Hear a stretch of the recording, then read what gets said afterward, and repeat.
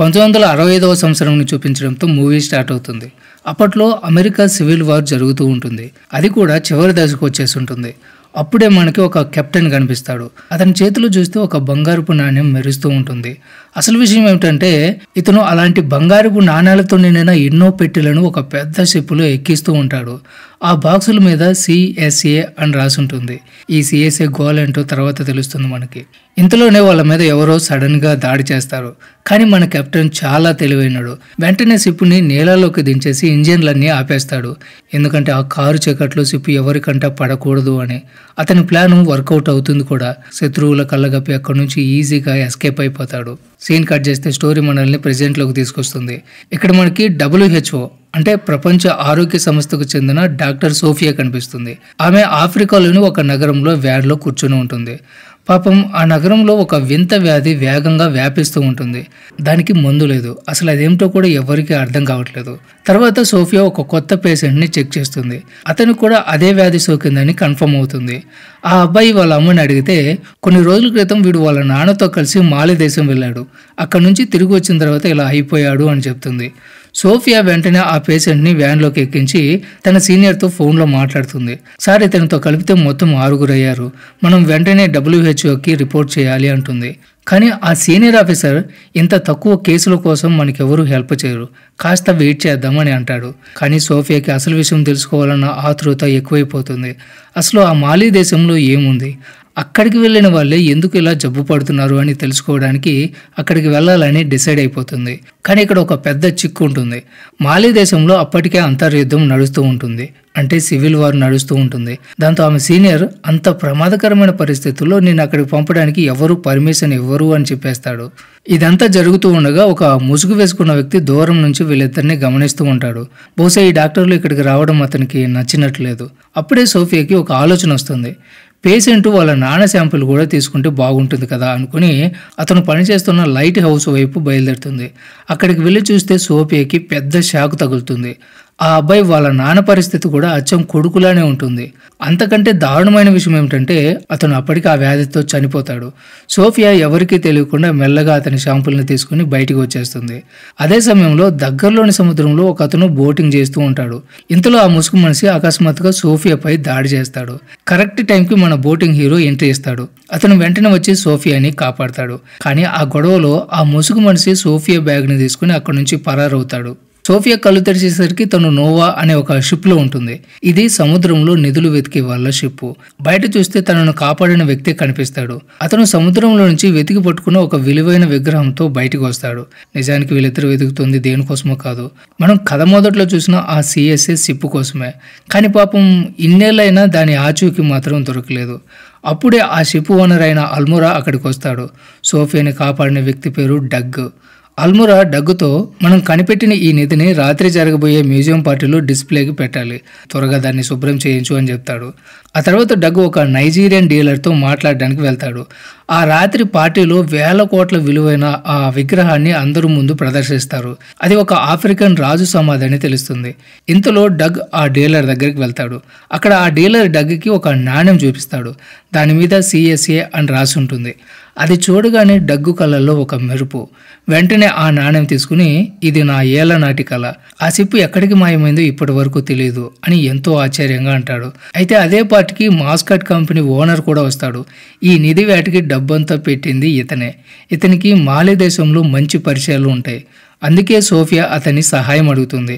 దానికి అతను అక్కడికి వెళ్ళడం చాలా ప్రమాదం, అయినా నువ్వు వెళ్ళాలనుకుంటే ఏదో ఒక దారి వెతకడానికి ప్రయత్నం చేస్తా అని మాట ఇస్తాడు. కొద్దిసేపటికి డగ్గు కూడా అక్కడికి వచ్చి ఆ CSA నాణ్యాన్ని కంపెనీ ఓనర్కి చూపిస్తాడు.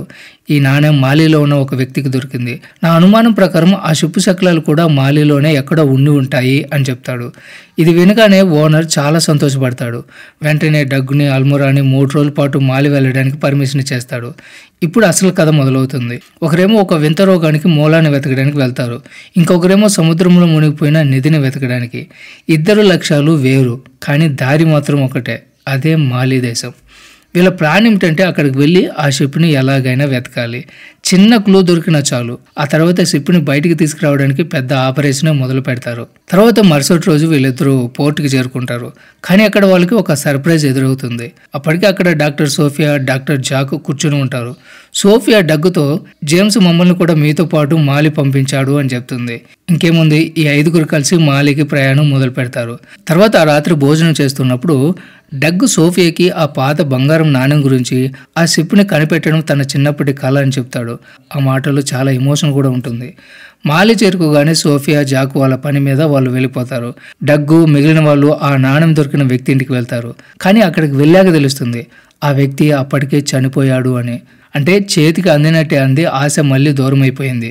తర్వాత ఆ షిప్ని ఎలా కనుగొనాలని ఆలోచిస్తూ ఉండగా డగ్గికి అక్కడ దగ్గరలో ఒక మసీదు కనిపిస్తుంది.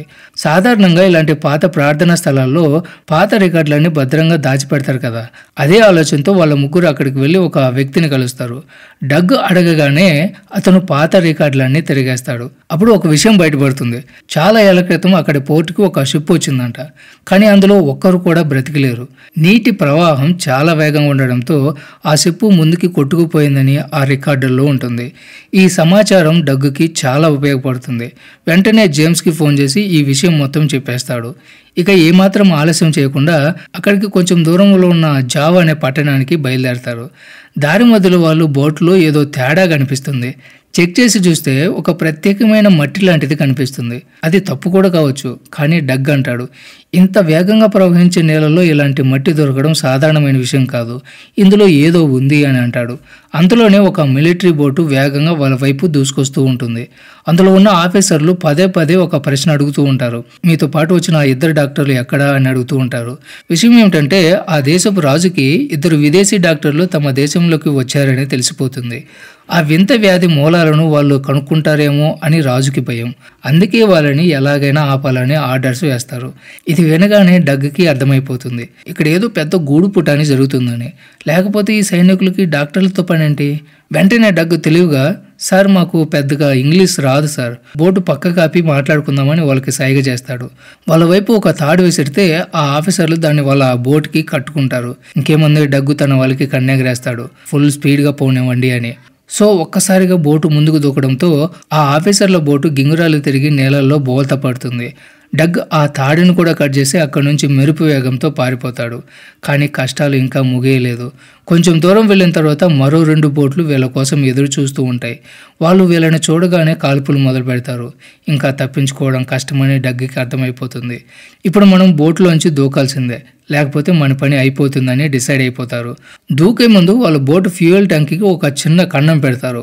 వాళ్ళు ముగ్గురు నీళ్ళలోకి దూకగానే ఆ మిలిటరీ వాళ్ళు బోటు మీద కాల్పులు జరుపుతారు.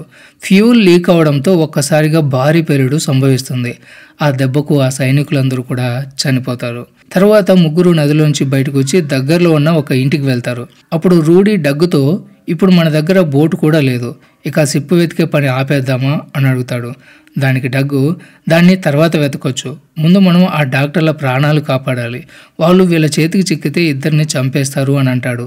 వెంటనే రూడీని, నువ్వు త్వరగా బోర్డర్ దాటి ఆల్మోరా దగ్గరికి వెళ్ళు అని చెప్పి తను జేమ్స్ 2 డాక్టర్లను వెతకడానికి బయలుదేరతారు.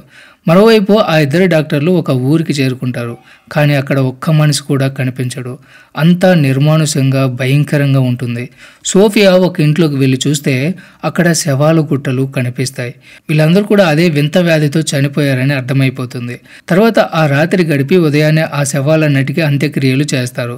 అదే సమయంలో రూడీ కూడా చాకచక్యంగా బోర్డర్ దాటేస్తాడు. ఈ ఊర్లో సోఫియాకి ఒక పాత బావి కూడా కనిపిస్తుంది. బహుశా ఇందులో ఏదైనా క్లూ దొరకవచ్చు అనుకుని లోపలికి దిగడానికి సిద్ధమవుతుంది. ఆమె కిందికి దిగి నీటి శాంపుల్ను తీసుకుంటూ ఉండగా పైన ఉన్న జాక్ అరుస్తాడు. సోఫియా, పైన కొంతమంది మిలిటరీ వాళ్ళు వచ్చేసారని అంటాడు. వెంటనే కాల్పుల శబ్దం వినిపిస్తుంది. వాళ్ళు జాక్ని తప్ప మిగతా వాళ్ళందరినీ చంపేస్తారు. బావి లోపల సోఫియా భయంతో వణికిపోతూ దాక్కుంటుంది. అప్పుడే అక్కడ ఒక హెలికాప్టర్ ల్యాండ్ అవుతుంది. అందులోంచి మాలి దేశపు రాజు ఖాజిం దిగుతాడు. ఖాజిం జాక్ని, ఆ లేడీ డాక్టర్ ఎక్కడా అని అడుగుతాడు. ఆ హెలికాప్టర్ శబ్దం విని దగ్గరలోనే దాక్కుని ఉన్న డగ్గు జేమ్స్కి డాక్టర్లు ఎక్కడే ఉన్నారని అర్థమైపోతుంది. కానీ ఖాజిం చాలా కోపంగా ఉంటాడు. జాక్ని పాయింట్ బ్లాక్లో కాల్చి చంపేస్తాడు. తన మనుషులకు సోఫియాని ఎంత త్వరగా వీలైతే అంత త్వరగా వెతికి పట్టుకోండి అని ఆర్డర్ వేస్తాడు. తర్వాత దగ్గరలోనే దాక్కున్న డగ్గు జేమ్స్ ఇదంతా చూసి నిస్సహాయంగా ఉండిపోతారు. తర్వాత కాజీ మనుషులు పిచ్చెక్కినట్లు కనిపించిన వాళ్ళందరినీ కాల్చి చంపేస్తుంటారు. ఒకానొక సమయంలో డగ్గు ప్రాణం కూడా ప్రమాదంలో పడిపోతుంది. కానీ కరెక్ట్ టైంకి వెనక నుంచి వచ్చిన సోఫియా కాజీ మనిషిని చంపేసి డగ్ని కాపాడుతుంది. తన సీనియర్ డాక్టర్ జాకు కళ్ళ ముందు చనిపోవడంతో సోఫియా తీవ్రమైన షాక్లోకి వెళ్ళిపోతుంది. కానీ డగ్గు ఇక్కడ ఒక క్షణం కూడా ఉండడం మంచిది కాదు, మనం వెంటనే ఇక్కడి నుంచి వెళ్ళిపోవాలని చెప్పి వాళ్ళని అక్కడి నుంచి తీసుకెళ్తుంది. అలా వాళ్ళ ముగ్గురు కాజిం సైన్యం నుంచి తప్పించుకుని మరో ప్రాంతానికి చేరుకుంటారు. ఇంకా గండం గడిచిపోయింది అనుకునే లోపు అంతకంటే ప్రమాదకరమైన మరొక సమస్యలో ఇరుక్కుంటారు. అక్కడికి గుర్రాలపైన వచ్చిన కొందరు యోధులు వీళ్ళని చుట్టుముట్టి బంధించి వాళ్ళ రాజు ఖాడ్గో దగ్గరికి తీసుకెళ్తారు. ఖాడ్గో వాళ్ళని మీరెవరు, ఇక్కడికి ఎందుకు వచ్చారు అని అడుగుతాడు. దానికి సోఫియా, నేను ఒక డాక్టర్ని, మీ ప్రాంతంలో వ్యాపిస్తున్న ఒక వింత వ్యాధి గురించి తెలుసుకోవడానికి వచ్చాను అని చెప్తుంది. ఆ వ్యాధి పేరు వినగానే ఖాడ్గో వాళ్ళని ఒక గదిలోకి తీసుకెళ్తాడు. అక్కడ చూస్తే అదే వ్యాధితో చనిపోయిన వాళ్ళ శవాల గుట్టలు. సోఫియా వాటిని పరిశీలించి, అవును వీళ్ళిద్దరూ అదే వ్యాధితో చనిపోయారు, దీని మూలాన్ని కనుగొనడానికి నేను వచ్చాను అని చెప్తుంది. కాసేపు ఆలోచించిన తర్వాత రాజు ఖాడ్గో వాళ్ళను తమ నగరంలో ఉండడానికి అనుమతిస్తాడు. ఆ తర్వాత సోఫియా అక్కడ నీటిని టెస్ట్ చేయగానే ఒక షాకింగ్ నిజం బయటపడుతుంది. ఆ నీళ్ళల్లో విషం ఉంది. అది కూడా సహజంగా వచ్చింది కాదు, ఎవరో కావాలనే ఆ నీటిలో విషం కలిపారు. అదే విషయాన్ని వాళ్ళు రాజుకు చెప్పి, ఈ విషం నీళ్ళలోకి ఎక్కడి నుంచి వచ్చింది అనేది మనం వెంటనే కనిపెట్టాలని అంటారు. దానికి రాజు కూడా ఒప్పుకొని, త్వరగా కనిపెట్టండి, నా వైపు నుంచి మీకు ఎటువంటి సహాయం కావాలన్నా సరే చేస్తాను అని మాట ఇస్తాడు. ఇంకా మరోవైపు జేమ్స్ అక్కడ పిల్లలతో ఫుట్బాల్ ఆడుతూ ఉంటాడు. బాల్ కాస్త దూరంగా వెళ్లడంతో దాన్ని తీసుకురావడానికి వెళ్ళిన జేమ్స్ ఒక వింత ప్రదేశానికి చేరుకుంటాడు. అక్కడ గోడల మీద ఎన్నో వింత చిత్రాలు గీసి ఉంటాయి. ఆశ్చర్యం ఏమిటంటే ఆ చిత్రాలు ఉండేది మరేదో కాదు, వీళ్ళు వెతుకుతూ వచ్చిన ఆ పాతకాలపు CSA సిప్పు. దాన్ని బట్టి ఆ సిప్పు ఇక్కడే ఎక్కడో ఒక ఎండిపోయిన ఎడారిలో పూడుకుపోయిందని తెలుస్తుంది. సోఫియా, డగ్ కూడా అక్కడికి వచ్చి ఆ చిత్రాలను చూస్తారు. అప్పుడు డగ్, దాదాపు 200 ఏళ్ల క్రితం ఆ ప్రదేశంలో ఒక పెద్ద నది ఉండేది, కానీ ఇప్పుడు అది పూర్తిగా ఎండిపోయింది అని చెప్తాడు. ఇంకేముంది, వాళ్ళ ముగ్గురు ఆ ఎండిపోయిన నదిని వెతకడానికి సిద్ధమైపోతారు. వాళ్ళు ఆ నదిని వెతకడానికి ప్లాన్ చేస్తూ ఉండగా ఆ పెయింటింగ్లోనే వాళ్ళకు ఒక పాత కోట కూడా కనిపిస్తుంది. అప్పుడు డగ్కి ఒక ఐడియా వస్తుంది. బహుశా ఆ నది పూర్తిగా ఎండిపోలేదని, భూమి లోపల ఇంకా ప్రవహిస్తూ ఆ విషపూరితమైన నీరు ఈ ఊర్లోకి వస్తుందని అనుమానిస్తాడు. సో వాళ్ళ ముగ్గురు 200 ఏళ్ల క్రితం నది ఉన్న దారిలో తమ ప్రయాణాన్ని మొదలు పెడతారు. కొద్దిసేపటికి వాళ్ళకి ఆ కోట కూడా కనిపిస్తుంది. ఆ కోట పైకెక్కి చూస్తే వాళ్ళకి ఒక సోలార్ ప్లాంట్ కనిపిస్తుంది. అది కూడా మ్యాస్కట్ కంపెనీది. అంత నిర్జీవ ప్రదేశంలో ఒక సోలార్ ప్లాంట్ ఉండడం వాళ్ళకి చాలా వింత కనిపిస్తుంది. ఇంతలో డగ్గికి కొంచెం దూరంలో ఒక ట్రైన్ కనిపిస్తుంది. వాళ్ళ ముగ్గురు మెల్లిగా ఆ ట్రైన్ వైపు వెళ్ళి చాకచక్యంగా దాని లోపలికి దూకేస్తారు. అదే సమయంలో రూడీ అల్మోరా దగ్గరికి చేరుకుంటాడు. వాళ్ళు బోట్ మీద దొరికిన ఎర్రటి మట్టి లాంటిదే తన బట్టల మీద కూడా ఉండడం గమనిస్తాడు. ఆ శాంపుల్ని టెస్ట్ చేయించి రిపోర్టు చూడగానే అల్మోరా షాక్ అయిపోతాడు. మరోవైపు సోఫియా, జేమ్స్, డగ్ ఆ ప్లాంట్ లోపలికి చేరుకుంటారు. లోపలికి వెళ్ళాక వాళ్ళకి మైండ్ బ్లాక్ అయ్యే నిజం తెలుస్తుంది. అది సోలార్ ప్లాంట్ కాదు, అత్యంత ప్రమాదకరమైన రేడియో యాక్టివ్ కెమికల్స్ని తయారు చేసే ఒక ఫ్యాక్టరీ. అక్కడున్న విపరీతమైన సూర్యరశ్మి వల్ల ఆ కెమికల్స్ చాలా తొందరగా తయారవుతాయి. అప్పుడే సోఫియా కొన్ని కంటైనర్లను భూమి లోపలికి తీసుకెళ్లడం గమనిస్తుంది. వాళ్ళ ముగ్గురు ఆ వ్యక్తిని అనుసరిస్తూ వెళ్తారు. బేస్మెంట్ తలుపు తెరవగానే లోపల దృశ్యం చూసి వాళ్ళ కళ్ళు బయలు కమ్ముతాయి. ఆ బేస్మెంట్లో వేల టన్నుల విషపూరితమైన రేడియో యాక్టివ్ కెమికల్స్ ఏళ్ల తరబడి నిల్వ ఉంచుతారు. కొన్ని కంటైనర్లు అప్పటికే లీక్ అవుతూ ఉంటాయి. ఆ విషమంతా భూమిలోకి ఇంకి కింద ప్రవహిస్తున్న నదిలో కలిసిపోతుంది. ఆ నీళ్ళనే మొత్తం మాలి దేశ ప్రజలు తాగుతూ ఉంటారు. అందుకే ఈ భయంకరమైన వ్యాధి ఇంత వేగంగా వ్యాపిస్తూ ఉంటుంది. తర్వాత అక్కడ అల్మోరా, రూడీ ఆ టెస్ట్ రిపోర్ట్లను తీసుకుని US ఎంబసీకి వెళ్తారు. ఆ రిపోర్ట్ చూసి ఎంబసీ అధికారులు కూడా నమ్మలేకపోతారు. తర్వాత ఇక్కడ ప్లాంట్లో జేమ్స్ తన స్నేహితులతో పారిపోతూ ఉండగా మాస్కాట్ మనుషులు వాళ్ళని పట్టుకుంటారు. మ్యాస్కట్ సోఫియాని, మీరు ఇక్కడ ఏం చేస్తున్నారు, అసలు ఈ ప్రదేశం గురించి మీకు ఎలా తెలిసింది అని అడుగుతాడు. దానికి సోఫియా ధైర్యంగా, నువ్వు ఈ ప్లాంట్లో చేస్తున్న పని వల్ల లక్షల మంది అమాయకుల ప్రాణాలు పోతున్నాయి అని అతని ముఖం మీద చెప్తుంది. ఆ మాట వినగానే మ్యాస్కట్ కవర్ చేసుకుంటూ, నేనెవరిని చంపట్లేదు, పైగా ఆ ప్రమాదకరమైన కెమికల్స్ని నాశనం చేసి పర్యావరణాన్ని కాపాడుతున్నాను అని అంటాడు. కానీ సోఫియా, నువ్వు బేస్మెంట్లో దాచిపెట్టిన కెమికల్స్ అన్నీ లీక్ అయిపోయి నదిలో కలిసిపోతున్నాయి, ఆ నీళ్లు తాగే ప్రజలు జబ్బుపడి చనిపోతున్నారని చెప్తుంది. ఆ మాట వినగానే మ్యాస్కట్ ముఖంలో కూడా టెన్షన్ మొదలవుతుంది. నిజంగానే ఇలా జరుగుతుందని భయపడతారు. ఉంటారు. తర్వాత వాళ్ళు డగ్ని జేమ్స్ని బంధించి ఒక ట్రక్కులో ఎక్కించి తీసుకెళ్తూ ఉంటారు. కానీ మన డగ్గు మామూలోడు కాదు కాబట్టి తన దగ్గర ఉన్న ఆ బంగారపు నాణ్యంతోనే చాలా తెలివిగా ట్రక్కు వెనక డోర్ లాక్ తీసేస్తాడు. ట్రక్కు ముందుకు పోతూ ఉంటే వీళ్ళు మాత్రం ఆ డోర్తో సహా మధ్యలోకి జారిపోతారు. మరోవైపు మ్యాస్కాట్ వెంటనే కాజిం దగ్గరికి వెళ్ళి సోఫియా చెప్పిన విషయం చెప్తాడు. దానికి కాజిం చాలా పొగరుగా, నీకు అంత భయంగా ఉంటే ప్లాంట్ మూసేసాయి, కానీ నాకు రావాల్సిన డబ్బు నెల నెల వచ్చేయాలి అంతే, ప్రజలు చచ్చిపోతే నాకేంటి అని అంటాడు. వాడికి మనుషుల ప్రాణాలంటే లెక్కే లేదనమాట. తర్వాత డగ్గు జేమ్స్ ఆ ఎడారిలో చేతికి సంఖ్యలతో ఆ ఇనుప డోర్కి వేలాడుతూ నడుస్తూ ఉంటారు. వాళ్ళు ఓపిక నశించి ఇక ఆశలు వదిలేసుకుంటున్న సమయంలో వాళ్ళ అదృష్టం బాగుండి అక్కడ క్రాస్ అయిన ఒక పాత ఫ్లైట్ కనిపిస్తుంది. దాని టైర్లు ఇంకా బాగానే ఉంటాయి. దాంతో వాళ్ళు ఎలాగోలా కష్టపడి ఆ విమానాన్ని ఇసుక మీద జారుకుంటూ ముందుకు వెళ్ళి ఒక ఊరికి చేరుకుంటారు. అక్కడ ఒక టెలిఫోన్ దొరకగానే వెంటనే అల్మోరాకి ఫోన్ చేసి జరిగిన కథ మొత్తం చెప్తాడు. డగ్గు తన దగ్గర ఉన్న బంగారు నాణాన్ని అమ్మి ఒక జీప్ కొంటాడు. ఆ జీప్ని తీసుకుని ఇద్దరు కూడా రాజు కాడ్గో దగ్గరికి వెళ్ళి ఆ కాజింపై పోరాడటానికి సహాయం అడుగుతాడు. కానీ కాడ్గో కాజింతో పోరాడేంత సైన్యం కానీ ఆయుధాలు కానీ మా దగ్గర లేవు అని చెప్పి సహాయం చేయడానికి నిరాకరిస్తాడు. కానీ తను కాజిం దగ్గరకున్న కొన్ని పాతకాలపు కారును మాత్రం వాళ్ళకి ఇస్తాడు.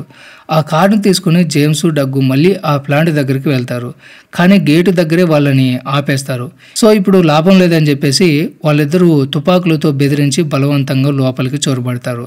లోపలికి ఎవరో వచ్చారని తెలియగానే మాస్కాట్ పైకి పారిపోతాడు. డగ్గు జేమ్స్ లోపలికి వెళ్ళి చూస్తే అంతా ఖాళీగా ఉంటుంది. ఒక్క మనిషి కూడా ఉండడు. అప్పుడు జేమ్స్ అంటాడు, బహుశా మ్యాస్కాట్ దొరికిపోతానన్న భయంతో ఈ ప్లాంట్ని ఆధారాలతో సహా పేల్చేయాలని చూస్తున్నాడని చెప్తాడు. వెంటనే జేమ్స్ ఆ బాంబులను వెతకడానికి కిందకి వెళ్తాడు. అంతలోనే అక్కడ ఒక హెలికాప్టర్ వచ్చి ల్యాండ్ అవుతుంది. మ్యాస్కాట్ సోఫియాని బలవంతంగా అందులోకి ఎక్కిస్తాడు. వాళ్ళు బయలుదేరుతుండగా డగ్ అక్కడికి వస్తాడు. డగ్గు మ్యాస్కాట్ని పట్టుకోబోతూ ఉంటే వెనక నుంచి వాడి మనిషి ఒకడు వచ్చి అడ్డుకుంటాడు. ఈ గందరగోళంలో సోఫియా సమయస్ఫూర్తితో హెలికాప్టర్ నుంచి కిందకు దూకేస్తుంది. కింద జేమ్స్కి ఒక కంటైనర్లో బాంబు దొరుకుతుంది. వెంటనే దాన్ని డీకనెక్ట్ చేసి తన బ్యాగ్లో పెట్టుకుంటాడు. ఇంతలో హెలికాప్టర్లో ఉన్న మ్యాస్కాట్ తన ప్రోగ్రాంతో సోలార్ ప్యానల్స్ అన్నిటిని సూర్యుడి వైపు తిప్పి ప్లాంట్ని పేల్చేయాలని చూస్తాడు. కానీ జేమ్స్ అప్పటికే బాంబులను డీకనెక్ట్ చేయడం వల్ల ఎలాంటి పేలుడు జరగదు. తన ప్లాన్ ఫెయిల్ అవడంతో మ్యాస్కాట్కి పిచ్చెక్కిపోతుంది. సోఫియా డగ్ ఇద్దరు మ్యాస్కాట్ మనిషిని చితగ్గొట్టి ముగ్గురు కలిసి కారులో అక్కడి నుంచి పారిపోతారు. కానీ వాళ్ళ కష్టాలు ఇంకా తీరలేదు. కాజిం తన హెలికాప్టర్తో వాళ్ళని వెంబడించడం మొదలు పెడతాడు. పైనుంచి బుల్లెట్ల వర్షం కురిపిస్తాడు. అప్పుడు డగ్గు జేమ్స్తో నీ దగ్గర ఉన్న ఆ ఎక్స్ప్లోజివ్ని బయటకు విసరడం మొదలుపెట్టు అని అంటాడు.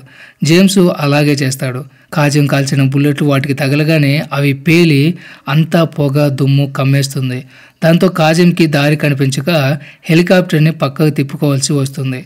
కానీ ఆ పేలుల వల్ల వాళ్ళు ఊహించింది ఒక అద్భుతం జరుగుతుంది. ఆ పేలుల దాటికి అక్కడ ఉన్న ఇసుక మొత్తం పక్కకు జరుగుతుంది. అంతే, ఇన్నాళ్ళుగా వాళ్ళు వెతుకుతున్న ఆ సిఎస్ఏ షిప్ భూమిలోంచి బయటపడుతుంది. దాన్ని చూడగానే ముగ్గురు దాని లోపలికి వెళ్ళి దాక్కుంటారు. కానీ కాజిం వాళ్ళని కనిపెట్టి షిప్ మీద కాల్పులు మొదలు పెడతాడు. వాడి మనుషులందరూ కూడా వచ్చి షిప్ని చుట్టుముట్టేస్తారు.